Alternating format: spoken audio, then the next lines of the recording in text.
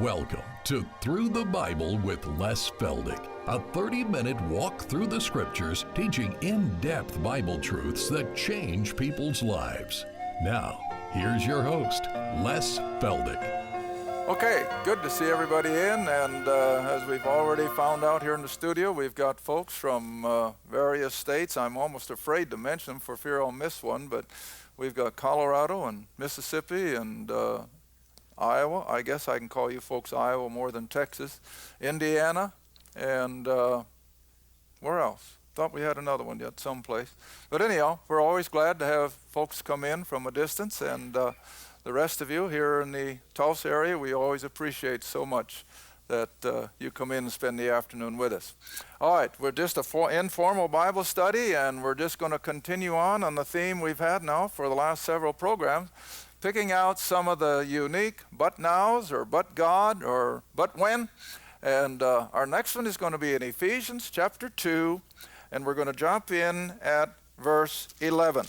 Ephesians chapter 2, verse 11, and we're going to look at the but now in verse 13. And remember, our system of study has been, we're going to look at what goes before, what goes after, what are the circumstances that prompted these verses, and keeping all that in mind then as we pick this apart. All right, Ephesians chapter 2, starting in verse 11. Wherefore remember that you, being in times past Gentiles in the flesh, who are called uncircumcision by that which is called the circumcision in the flesh made by hands, that at that time you, that is, you Gentiles, were without Christ, being aliens from the commonwealth of Israel, strangers from the covenants of promise, having no hope, without God in the world. Now our key verse. But now, in Christ Jesus, you, now remember who we're talking about, Gentiles, you Gentiles who at one time were far off are made nigh by the blood of Christ. In other words, it's a whole different program. All right, we're going to go back and see where it really began that God would deal with the nation of Israel solely on the basis of the covenant promises and the fact that they were a favored nation, and that the rest of the race of humanity would go on without God. Now maybe we should recap a little bit.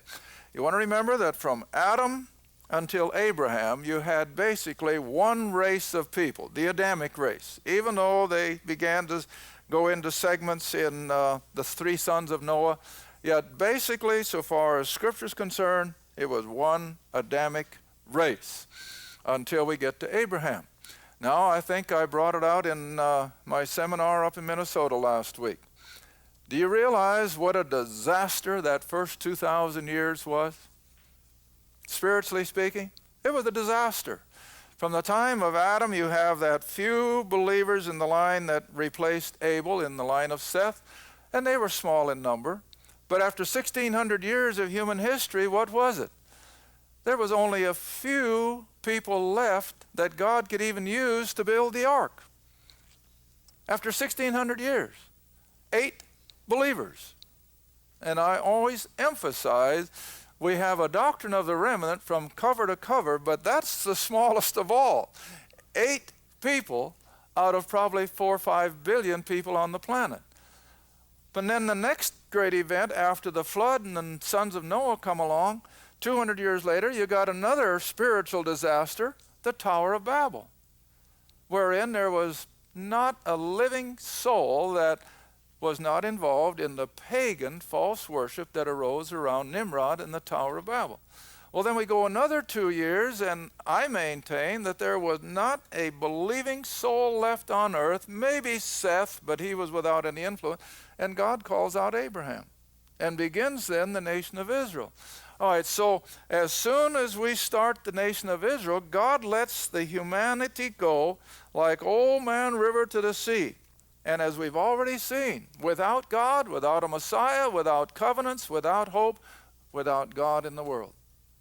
Now, don't ever come down on God and say you're not fair, because remember, those folks from Adam until Abraham had every opportunity to get right with God if they'd have wanted to.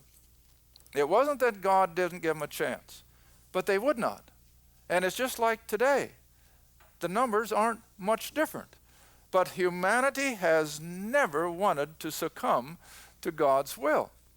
All right, now beginning then with Abraham and the nation of Israel, we have to delineate the human race into two segments. Now we're going to have the Jew and the Gentile. And of course, we know we're also going to have saved and lost. But for our lesson today, we're going to look at the two components, Jews on the one side, Gentiles on the other. All right, now I think we can go all the way back to Exodus and pick up pretty much the first time that we see God set Israel aside from the mainstream of humanity, that they are going to be a chosen nation, a favored nation, and they are going to be above all the other races of the world. Exodus chapter 11, and we'll just drop in at, let's see, I want to drop in at verse 6, honey. Exodus chapter 11, verse 6. Now remember, we're getting ready for the Exodus. Israel has been under bondage, and Moses had been brought back by an act of God to be their leader, to take them out. And so we're preparing for the first Passover. Exodus chapter 11, verse 6. And there shall be a great cry throughout all the land of Egypt, such as there was none like it, nor shall be like it any more. And of course, that was the night when death hit the firstborn of everything in Egypt. But now look, verse 7. Here we have the power of God separating the nation of Israel. But against any of the children of Israel shall not a dog move his tongue, against man or beast, that you may know how that the Lord doth put a, what's the word? Difference. God, starting here, is going to put a difference between the Egyptians and Israel. Now, never forget that. Here, before they even come out and are set apart as a nation of people, God has indicated that there's going to be a line of demarcation between the nation of Israel and the rest of the Gentile world. And that will carry all the way on through, even to the time of Paul and the apostle of grace. That up until Paul is designated to go to the Gentile, everything is going to be primarily to the nation of Israel. All right, now let's just come over a few pages, still in Exodus, and let's come over to chapter 19. Now, these are all things that we've hit before. It's a lot of review, but my goodness, I think we get at least one letter a day where it just admonishes us, repeat and repeat and repeat. Let's don't ever stop repeating. So bear with me, for those of you who have been with me so long, that we do. We repeat, and I'm aware of that. I usually tell my Oklahoma classes, don't accuse me of senility. I'm not quite senile yet. I repeat purposely, because that's what it takes. All right, Exodus 19, and again, we usually like to drop in at verse 3, so that you get the situation. Israel is out of Egypt. They've come through the Red Sea, and they're gathered around Mount Sinai by their tribes in complete organization, remember. And now Moses goes up into Mount Sinai to confer with the Lord. Verse 3, and Moses went up unto God, and the Lord called unto him out of the mountain, saying, Thus shalt thou say to the house of Jacob, and tell the children of Israel. Now this is what God is telling Israel. You have seen what I did to the Egyptians, and how I bare you on eagle's wings, and brought you unto myself. Now therefore, since God has dealt with them so intrinsically, now therefore, if you will obey my voice indeed and keep my covenant, then you, the nation of Israel, don't lose sight who we're talking about, then you, the nation of Israel, shall be a peculiar treasure unto me above all people. Now, where does that put the Jew? Head and shoulders above all the other races of the world by divine decree. And they can scoff and scorn at this all they want. This book is sure, and it's true, and we can trust it. All right? Why could God do it? He gives us the reason. Next statement. For all the earth is mine. It's His. Now, one of my listeners reminded me that I use the word sovereign quite often, and the word sovereign isn't in the book. I didn't realize that. But that doesn't bother me a bit because I still use it correctly. Sovereign just simply means He's in total control. Well, this says the same thing. I can do whatever I want to do because I am sovereign. The earth is mine. Fair enough? All right, now then, in light of that, as we looked at not too many programs back, since God has now chosen this nation to be above all the other nations and tribes in the world, they are there for a particular role. And that comes up in verse 6, that they are now to be a kingdom of priests, a holy or a set-apart nation. And these are the words that thou shalt speak to the children of Israel. Now there is where we have that demarcation then between Israel and the rest of the Gentile world. Now, by definition, never forget that the Jew is always that race or nation of people that are connected to and came out of the Abraham, Isaac, and Jacob and the 12 tribes. That's the nation of Israel. Everybody else, the Arab world out of Ishmael and Esau, all the other Africans, the Orient, the Europeans, whatever their station in life, they're Gentiles. So what's a Gentile? Someone who's not a Jew. And who's a Jew? Someone that comes from Abraham, Isaac, and Jacob.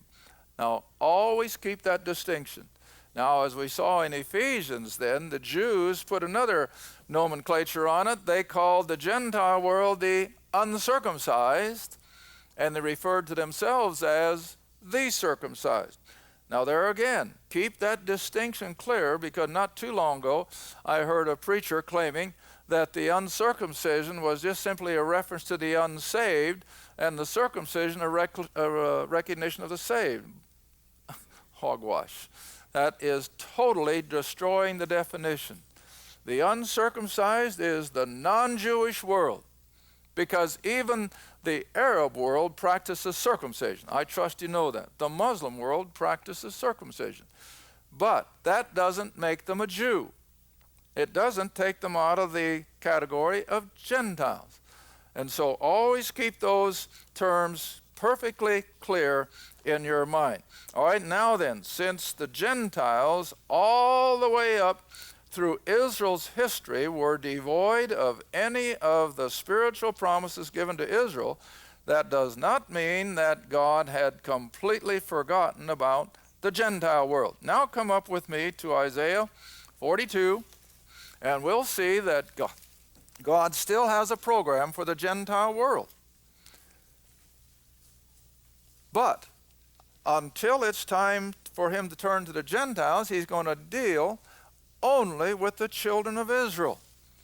Now then, the law was explicit that the Jews were to have nothing to do with the Gentile world around them.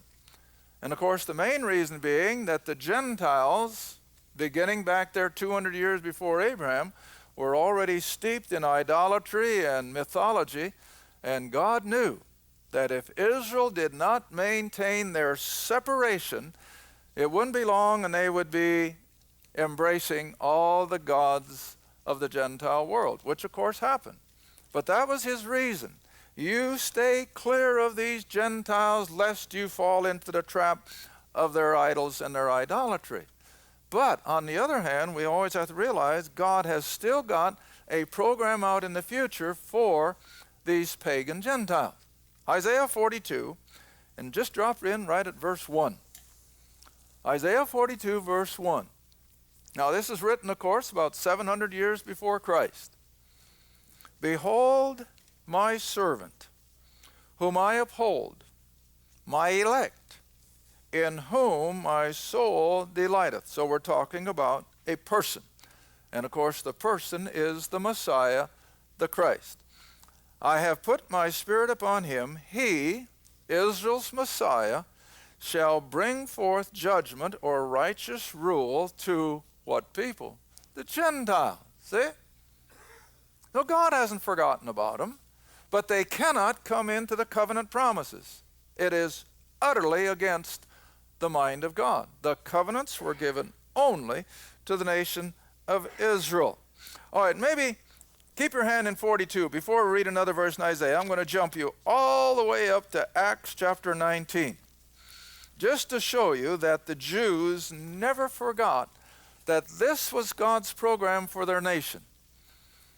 And here we come to a point in time about 7 years after Pentecost. Did I say 19? 11. 19. I'm sorry. Chapter 11, verse 19. But keep your hand in Exodus. I'm going back, or Isaiah. We're going back there. Acts 11, 19. 7 or 8 years after Pentecost. After most of Christendom thinks that Christianity has already begun. 7 years later. No, it hasn't. No, it hasn't. Scripture flies in the face of that concept. And here's one of my favorite verses. Acts 11, 19. Now they who were scattered abroad upon the persecution that arose around Stephen. Now stop and think. Who were they? Well, the Jewish believers up there in the Jerusalem church who had not left off law keeping. They're still temple worshiping. They're still keeping the Jewish law of Saturday Sabbath, the food laws. But they had embraced Jesus of Nazareth as the Messiah. They had become adherents of the kingdom gospel. And then when Saul of Tarsus came in and began that intense persecution, followed by others, of course, those Jewish believers had to flee for their life. But they're still Jews and they're still tied to the Jewish law, but they had accepted Christ as Messiah. All right, now these are the Jews that we're talking about in Acts 11. All right, read on again, verse 19. Now they who were scattered abroad upon the persecution that arose around Stephen traveled as far as Phoenix, out to the island of Cyprus, up to Antioch in Syria. Now watch it. Preaching the word to none but Jew only. Oh, people don't want to buy that. They don't want to believe that. But that's what the book says. They would not even approach a Gentile, but only Jews. Now, you remember there's no New Testament. So what was the word? The Old Testament. So on the basis of the Old Testament scriptures, they were still trying to convince their fellow Jews that this Jesus of Nazareth, as Peter preaches in Acts 2, 3, and 4, that this Jesus whom they crucified was the promised Christ. That was the whole thrust of their message. All right, so since they had no concept of going to the Gentile, I got to bring you back to Isaiah to show that God did, but it was going to be in his own time. God did. All right, back to Isaiah 42. Now verse 6. I got it? Isaiah 42, verse 6. I, the Lord, have called thee in righteousness. I will hold thy hand and keep thee. Now who are we talking about? The nation of Israel. We're talking about the Messiah up in verse 1, but now we're talking about the nation of Israel. All right, I will keep thee and give you for a covenant of the people. For what purpose? For a light to the Gentiles. See? God hasn't forgotten about the Gentile world, but it was going to be in his own time. All right, now we can jump all the way up into Christ's earthly ministry. Chapter 9 of Matthew. Matthew chapter 9. And as I mentioned in my class Monday night, the best way to understand the setting and the scenario of the four Gospels is to realize it's just an extension of the Old Testament. Nothing has changed except that now the Messiah is in their midst, that all the Old Testament has been talking about for 2,000 years. That's all. They're still going to the temple. They're still bringing sacrifices. They're still going to Saturday synagogue. Nothing has changed, but the Messiah is now in their midst. And what's he proclaiming? That I'm the promised king. See? Matthew chapter 9, verse 35. And Jesus went about all the cities and the villages, teaching in their synagogues and preaching the gospel of the kingdom. Not the gospel of grace, the gospel of the kingdom. And with it, he was healing every sickness among the people and every disease. All right, but now come across to chapter 10, a verse that I use over and over to make this point, that you cannot bring the Gentiles into God's economy until we get to that other apostle, because Scripture won't allow it. All right, here it is.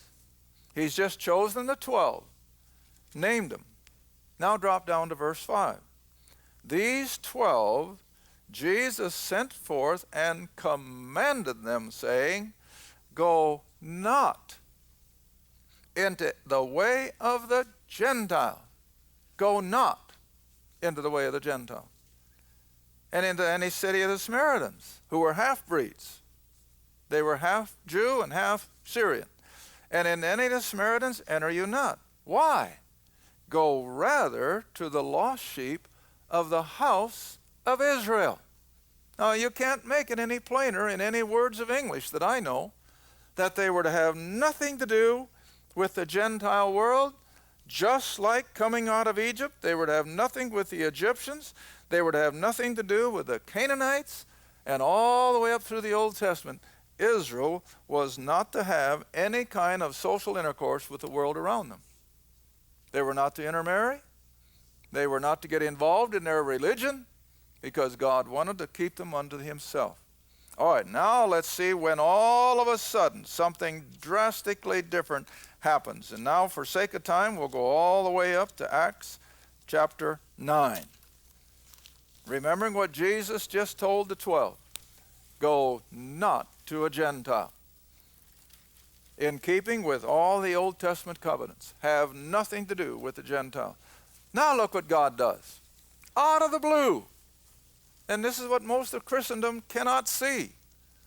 Out of the blue, he's going to do something totally different. And I'm going to take you all the way past his conversion experience up to where the Lord is addressing Ananias in the city of Damascus. And Ananias, according to Acts 22, was a devout Jew according to the law. He was just like the Jerusalem church. He was a Jew who was a law-keeping Jew, but he had embraced Jesus of Nazareth as his Messiah. All right, now to this man Ananias, who is scared to death when he heard that old Saul of Tarsus was coming to Damascus, and we can pick that up all the way back in, let's go back to verse 10, honey, of chapter 9. Acts chapter 9, verse 10. So we pick up the flow here. We've had Saul confronted on the road to Damascus up there in verse 4 and 5. But now drop down to verse 10. While Saul is being stricken out on the road outside the city gate, in the city there was a certain disciple at Damascus named Ananias. Now, whenever I see that word disciple, I always have to stop, because I think the mentality of most believers or church people, the disciple is one of the 12. We're not talking about the 12. When the word is used in this vein, it's simply a follower. So this Ananias was a follower of Jesus of Nazareth, see? All right, so this Ananias a disciple at Damascus, and to him the Lord said in a vision, Ananias?